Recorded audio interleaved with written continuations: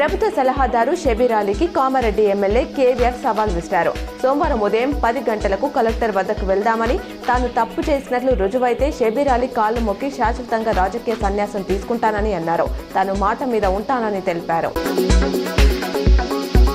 రైతు బంధు పేరు చెప్పి ఓట్లు వేయించుకున్నారని, కానీ ఇంతవరకు నిధులు విడుదల చేయలేదని మాజీ మంత్రి హరీష్ రావు విమర్శించారు. రైతు బంధు ఇవ్వకపోతే ప్రత్యక్ష పోరాటం చేస్తామన్నారు. సీఎం వ్యవసాయ శాఖ మంత్రి ఆఫీసులను ముట్టడిస్తామని చెప్పారు.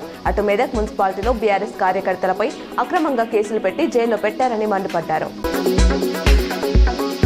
2 ఏళ్లలో అన్ని ప్రాజెక్టులు పూర్తి చేస్తామని ముఖ్యమంత్రి రేవంత్ రెడ్డి హామీ ఇచ్చారు. తెలంగాణ ఏర్పడినప్పుడు నిధులు బాగా ఉన్నాయని, సకాలంలో ప్రాజెక్టులు పూర్తి చేసి ఉంటే రాష్ట్రానికి ఎంతో మేలు జరిగేదన్నారు. కాళేశ్వరం కోసమే 1,00,000 కోట్లు ఖర్చు చేశారని, అది గొప్ప ప్రాజెక్టు అనుకుంటే భ్రమేనని తేలిపోయిందని విమర్శించారు.